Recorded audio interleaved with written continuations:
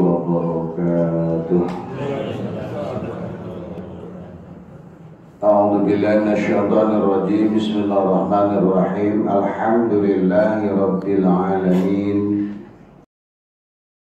Wassalatu wassalamu ala asyrafil anbiya wal mursalin nabiyyina Muhammadin wa ala alihi wa ashabihi rasulillahi ajma'in. Amma ba'd. Masyaallah muslimin wal muslimat wal mu'minin wal mu'minat rahimakumullah. Puji dan syukur kita panjatkan kehadirat Allah Subhanahu wa taala atas kudrat dan iradatnya, rahmat dan karunia-Nya, hidayah, taufik dan ma'unahnya, sampailah kita hari ini dalam keadaan sehat walafiat. Kesehatan kita syukuri dengan melaksanakan sholat subuh berjamaah. Semoga sholat kita diterima, ditambahkan kepada kita kebaikan, dikurangi dari kita dosa-dosa, dan diberikan kepada kita keberkahan hidup kita ke depan. Salawat salam kita sampaikan pada Nabi kita Muhammad sallallahu alaihi wasallam. Kita teruskan taklim kita, telaah kita tentang ikhlas ya, tentang ikhlas. Sampai kepada hadis berikutnya. Bismillahirrahmanirrahim. Wa an Abi Abdurrahman Abdullah bin Umar bin Al-Khattab radhiyallahu anhuma qala sami'tu Rasulullah sallallahu alaihi wasallam yaqul in talaqa salah satu nafarin min man kana qablakum hatta awahumul mayyitu ila gharin badakhalu. Dalam suatu riwayat hadis yang diriwayatkan oleh Abdurrahman dan kemudian menyambung kepada Khalifah Umar ibn Al-Khattab radhiyallahu anhu bahwa Rasulullah sallallahu alaihi wasallam bersabda tentang kisah tiga orang yang sedang bepergian. Dalam perpergian mereka bertiga itu maka kemudian ketemu dengan satu peristiwa, ya, hujan deras sehingga menimbulkan tanah longsor. Mereka bersembunyi atau mereka bernaung di dalam satu gua. Tapi setelah mereka bertiga itu dalam satu gua, maka kemudian gua di mana dia bernaung itu kemudian tertutup oleh batu besar, sehingga mereka bertiga tidak bisa keluar dari gua tempat dia bernaung. Tiga-tiganya kemudian berdoa kepada Allah Subhanahu wa taala. Mereka mempunyai satu amal yang mereka sebutkan, ya, bertiga itu kemudian punya amal yang masing-masing diadukan sebagai wasilah doanya kepada Allah Subhanahu wa taala. Mereka berdoa perantara dengan amal perbuatan baiknya yang pernah dia lakukan. Musafir pertama, bahwa dia adalah seorang anak yang sangat bakti kepada kedua orang tuanya. Pekerjaan sehari-harinya adalah memeras susu. Kemudian si musafir pertama ini mengajukan doanya kepada Allah Subhanahu wa taala, ya Allah, kami sekarang berada dalam satu kesulitan. Tidak ada satupun yang bisa menolong dari kesulitan kami kecuali Engkau, ya Allah. Maka musafir yang pertama mengajukan doanya, ya Allah, dulu saya menjadi pemerah susu. Saya belum memberikan hasil perahan susu saya sebelum saya berikan kepada orang tua saya. Bahkan anak saya menangis sekalipun, ya, menangis sekalipun, maka kemudian saya tidak akan berikan susu itu kepada anak saya yang menangis sebelum aku berikan susu yang saya perah itu kepada orang tua saya. Ya Allah, jika perbuatan saya yang saya lakukan ini adalah Engkau perbuatan yang Engkau redhoi, maka lewat perbuatan itulah kami mohon ya Allah, sekiranya kami bisa keluar dari gua yang tertutup batu besar ini. Walhasil batu itu pun bergerak. Batu itu bergerak.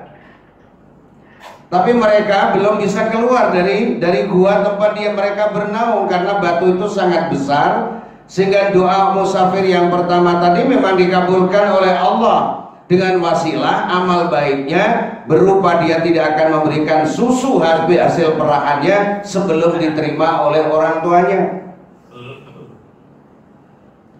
Kemudian yang kedua, musafir yang kedua berdoa juga kepada Allah Subhanahu wa taala, ya Allah, kami dalam keadaan maghlub, kami dalam keadaan dalam keadaan sulit. Saya mohon kepada Engkau ya Allah, tidak ada satupun kekuatan yang bisa mengeluarkan kami dari gua ini atau dari tempat persembunyian atau tempat kami bernaung kecuali Engkau ya Allah. Maka seorang musafir yang kedua mengajukan perihalnya kepada Allah Subhanahu wa taala, ya Allah, dulu saya pernah jatuh cinta kepada keponakan saya, sehingga saya betul-betul ingin berzina dengan keponakan saya. Kemudian suatu saat ponakan saya itu datang kepadaku untuk minjam uang.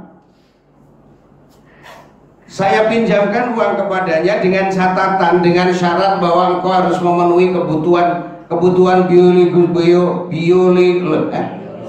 biologisku. Susah, nanti diedit itu.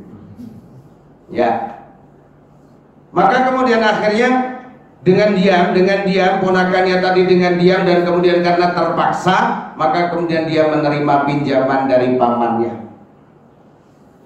Sehingga pada suatu saat mereka berdua telah ada di dalam satu kamar untuk melakukan suatu perbuatan zina. Tapi ponakannya tadi kemudian bilang, wahai paman, kita berdua tidak ada satupun orang yang tahu, tapi Allah melihat perbuatan kita. Berbarengan dengan yang diucapkan oleh ponakannya tadi, datanglah hidayah dari Allah Subhanahu wa taala kepada pamannya, sehingga pamannya mendapatkan hidayah dari Allah dan tidak meneruskan perbuatan zinanya karena Allah. Kemudian diadukan kepada Allah, ya Allah, kalau memang perbuatan saya menahan hawa nafsu saya dan akhirnya saya tidak berbuat zina dengan ponakan saya, ini adalah perbuatan yang Kau ridhoi Allah, maka kami mohon pertolongan, keluarkanlah kami dari tempat persembunyian kami. Maka bergeraklah batu itu untuk yang kedua kali. Bergerak itu batu. Tapi tetap lagi-lagi pada orang yang begitu musafir yang kedua ini berdoa, memang bergerak, tapi mereka juga belum sempat keluar dari tempat persembunyiannya, tempat perlindungannya di gua itu. Maka musafir ketiga berdoa, ya Allah, ya Tuhan kami, sama intinya mohon pertolongan-Mu ya Allah, kami berada dalam kesulitan, tidak ada satupun kekuatan yang bisa mengeluarkan atau membantu keluar dari kesulitanku kecuali Engkau ya Allah. Musafir yang ketiga kemudian menyampaikan amal perbuatan baiknya. Ya Allah, dulu saya pernah memperkerjakan seorang penggembala kambingku. Setelah mereka menggembala kambingku beberapa tahun kemudian, dia dipanggil oleh keluarganya karena sesuatu alasan, sehingga belum sempat kami memberikan upah kepada penggembala kambing itu. Karena belum sempat diambil, maka kemudian saya sisihkan upah kambing untuk penggembala itu. dan kemudian dipisahkan, dan akhirnya kambing yang dipisahkan upah itu kemudian beranak pinak. Sampai suatu saat, karena memang kambing yang dipisahkan untuk sang penggembala yang pertama tadi kemudian sudah harus dipelihara oleh penggembala yang kedua, dipanggillah penggembala yang kedua untuk menggembalakan kambingnya penggembala yang pertama, karena sudah beranak pinak. Suatu saat penggembala yang pertama datang minta upahnya. Maka kemudian musafir yang ketiga tadi mengatakan bahwa itu kambingmu sudah beranak pinak, bahkan termasuk sang penggembalanya, itu adalah hakmu. Penggembala tadi kemudian tersinggung, sebenarnya awalnya tersinggung. Saya hanya minta saya hanya minta upah saya. Dikiranya diledek kali. Ternyata dia benar, musafir yang ketiga ini benar-benar orang yang jujur. Dan akhirnya dijelaskan bahwa itu adalah kambingmu yang belum sanggup mengambil, dan kemudian saya pisahkan. Sekarang sudah beranak pinak, sekarang sudah digembala oleh orang tertentu, sekarang semuanya termasuk penggembalanya adalah hakmu.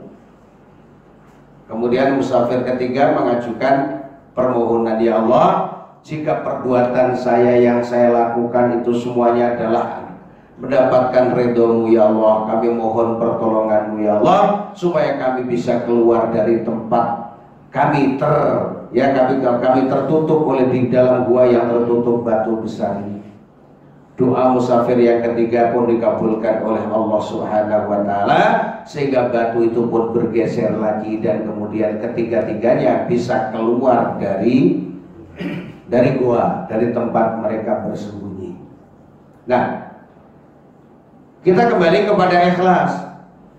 Musafir yang pertama, ya, seorang anak yang berbakti kepada kedua orang tuanya, pekerjaannya memeras susu, dan kemudian dia berjanji tidak akan memberikan hasil peran susunya sebelum orang tuanya meminumnya. Kalau memang ini dilakukan dengan ikhlas karena Allah, ternyata itu pekerjaan bisa mendatangkan datangnya ridhonya Allah dan pertolongan Allah Subhanahu wa taala ketika orang itu terhimpit. Musafir yang kedua menjauhkan perbuatan yang tidak diridhoi oleh Allah, padahal dia sangat ingin, awalnya sangat ingin, tapi kemudian karena hidayah Allah dia ikhlas, ya, bahkan uang yang dipinjamkan oleh pamannya kepada ponakannya tadi kemudian diikhlaskan karena Allah Subhanahu wa taala, semuanya sudah diikhlaskan, dan pada akhirnya amal itu diterima oleh Allah Subhanahu wa taala, menjadi sebab doanya dikabulkan oleh Allah Subhanahu wa taala, dan dia pun mendapatkan pertolongan ketika dia dalam keadaan maghlub, dalam keadaan terhimpit dengan pertolongan Allah. Musafir yang ketiga pun demikian. Apa yang dia lakukan memisahkan upah penggembala kambing yang pertama, kemudian anaknya beranak pinak, sampai akhirnya dipanggilkan penggembala kambing yang kedua, semuanya ikhlas karena Allah, maka kemudian perbuatan itu mendapatkan ridho, mendapatkan pahala, dan akhirnya Allah Subhanahu wa taala pun memberikan balasan, doanya dikabulkan, dan dia juga keluar dari sesuatu ketika dia terhimpit.